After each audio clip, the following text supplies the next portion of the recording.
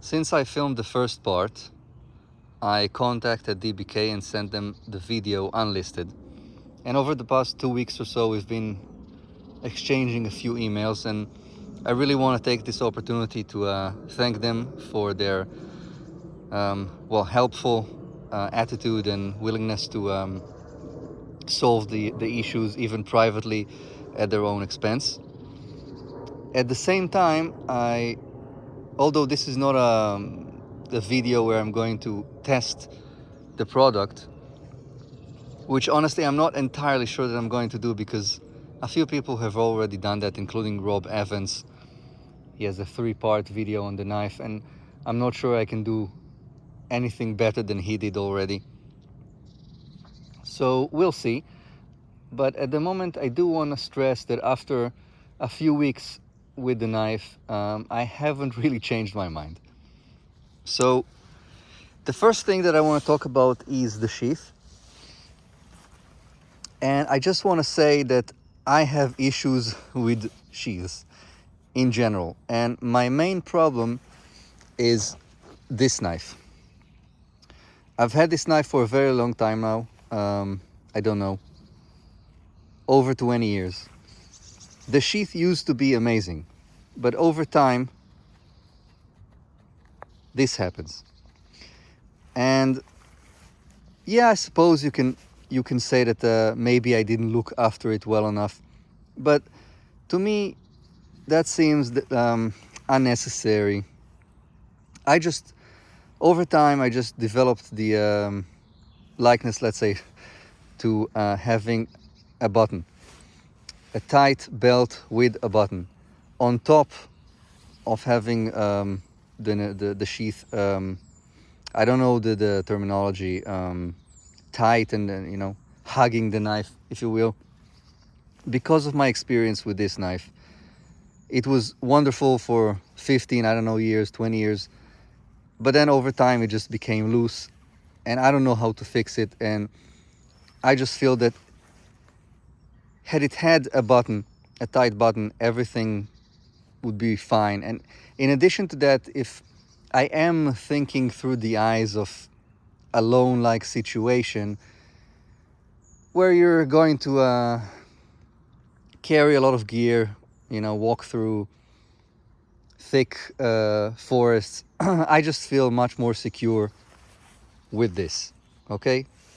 On top of having it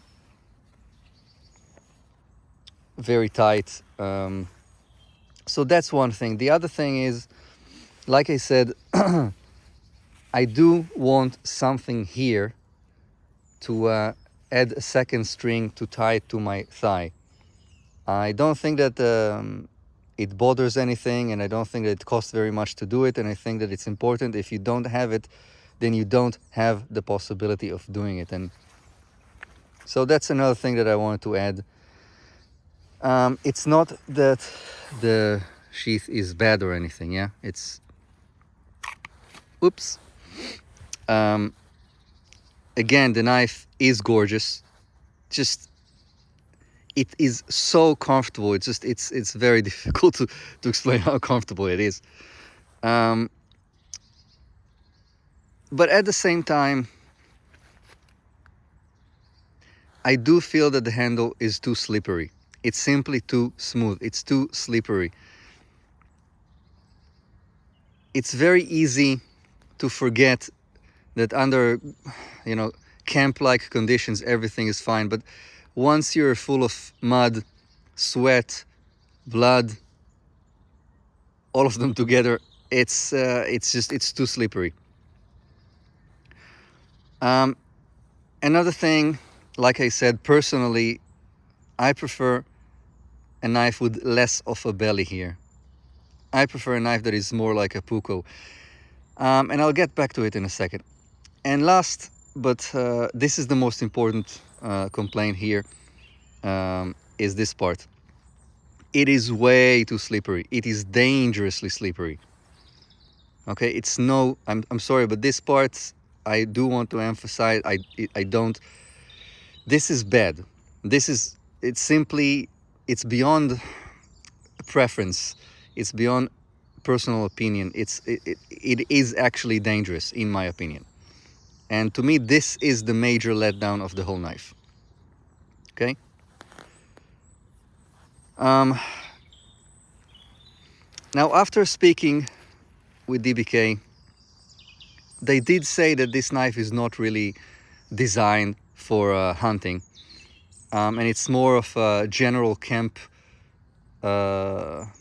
utility knife, with emphasis on woodwork. And again, I mean, I really appreciate the guys from DBK and our personal email exchanges. It's very clear that they spent time on my video, on my emails. Every time I got a reply, it was like 2 pages long.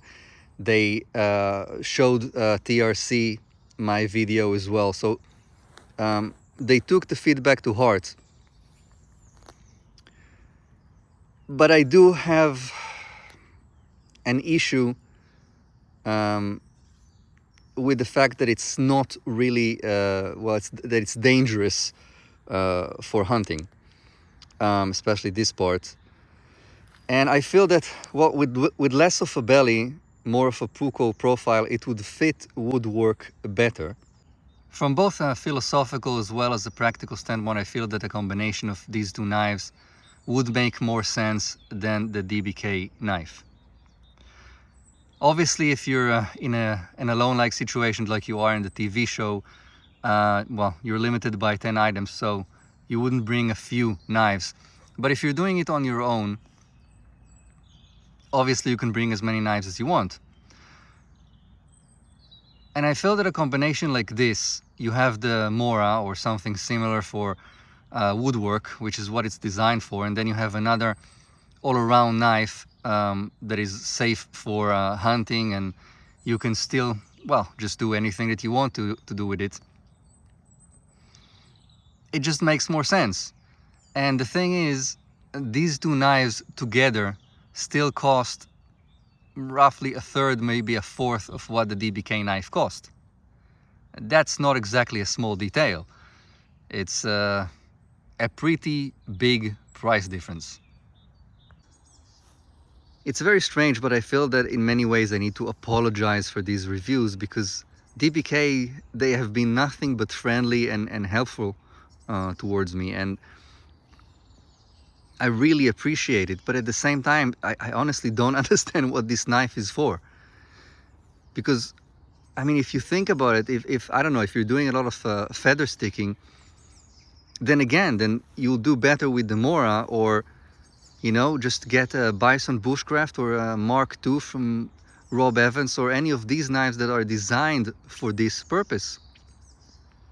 What is the purpose that this knife is designed for? I honestly don't understand.